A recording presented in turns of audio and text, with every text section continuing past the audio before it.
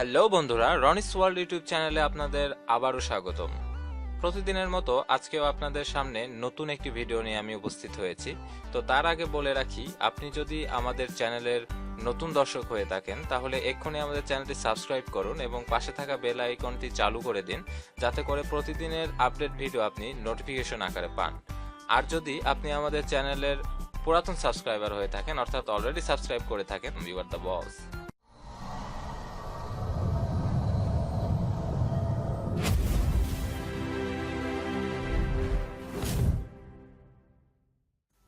Hello বন্ধুরা, Ronnie's world YouTube চ্যানেলে আপনাদের আবারও স্বাগতম। আমাদের অ্যান্ড্রয়েড টিপস অ্যান্ড ট্রিক্সের এই পর্বে আপনাদের আরও একটি সুন্দর সফটওয়্যারের সাথে পরিচিত করে দেব, যেটার মাধ্যমে আপনি একটি সমস্যার সমাধান করতে পারবেন। যেটা হচ্ছে যে, আমরা যখন প্লে স্টোরে যাই, প্লে স্টোরে গিয়ে যদি কোনো অ্যাপস ডাউনলোড করতে চাই, তো অনেক সময় আমাদের র্যাম যখন ফুল হয়ে যায়, তখন কি হয়, ফুল না হলেও অনেক সময় দেখা যাচ্ছে 150 বা 200 মেগাবাইট জায়গা আছে, তারপরেও যখন আমরা কোনো সফটওয়্যার ইনস্টল দিতে চাই, তখন ইনস্টল দিতে গেলে তারা স্পেস রানিং আউট বলে। অর্থাৎ আমার র্যামে যথেষ্ট পরিমাণ জায়গা নেই। এখানে আপনারা দেখতে পাচ্ছেন, এখানে আমি ইনস্টল দিতে গেলাম, ফ্রি আপ স্পেস, এখানে 51 মেগাবাইট আরও ফাঁকা করতে বলছে, যেটা করলে তারপর থেকে আমরা এটা ইনস্টল দিতে পারবো। তো আমার আসলে র্যাম কিন্তু জায়গা আছে, যথেষ্ট পরিমাণ জায়গা আছে, তারপরেও আসলে এই সমস্যাটা দেখাচ্ছে।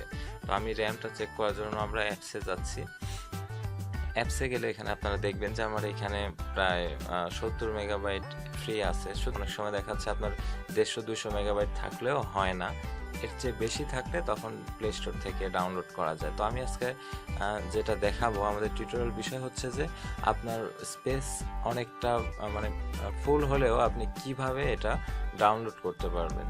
তো এটার জন্য আমরা ইউজ করব হচ্ছে অ্যাপটয়েড নামে অ্যাপসটা, যেটা হচ্ছে আপনারা এখানে দেখতে পাচ্ছেন। অ্যাপটয়েড নামে যে অ্যাপসটা, এটা আপনার প্লে স্টোর থেকে নামিয়ে নেবেন, আগেই নামিয়ে নিয়ে রাখবেন। তো অ্যাপটয়েড থেকে আপনি যে কোনো সফটওয়্যার ডাউনলোড করতে পারবেন প্লে স্টোরের মতোই।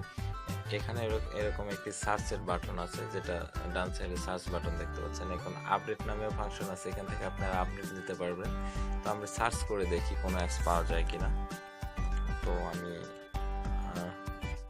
এই যে এখানে সার্চ দিলাম, এই নামে অ্যাপস চলে আসলো। আমরা কমন অ্যাপস দিয়ে সার্চ দিই, যেমন এমএক্স প্লেয়ার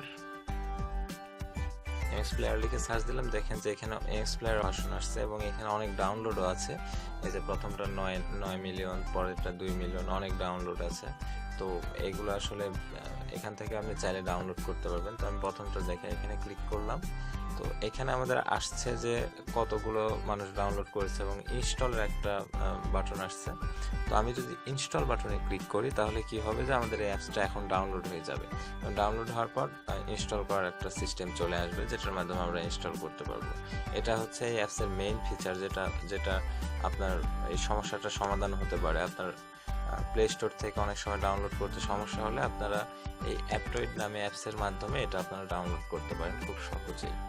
তো ধন্যবাদ বন্ধুরা আমাদের টিউটোরিয়ালটা দেখার জন্য, এবং এর পরবর্তীতে আমি আরেকটি টিউটোরিয়াল নিয়ে আসবো, এবং ওটা আরও আকর্ষণীয় থাকবে। যে আপনারা অনেক সময় অ্যান্ড্রয়েডের প্লে স্টোর থেকে যখন অ্যাপস ডাউনলোড দেন, তখন আপনার ভেতরে ঠিকই থাকে, কিন্তু আপনার মেমোরি কার্ডে সেটা না। অর্থাৎ আপনি যদি আনইনস্টল করে দেন, সেটা খুঁজে পান না, আবার আপনাদের মেগাবাইট খরচ করে ডাউনলোড করতে হয়। তো সেটা আপনি কিভাবে সহজে করতে পারবেন, সেটা আপনার মেমোরি কার্ডে সেভ করে রাখতে পারবেন, সেটা আমি কোনো একটা টিউটোরিয়ালে দেখিয়ে দেব।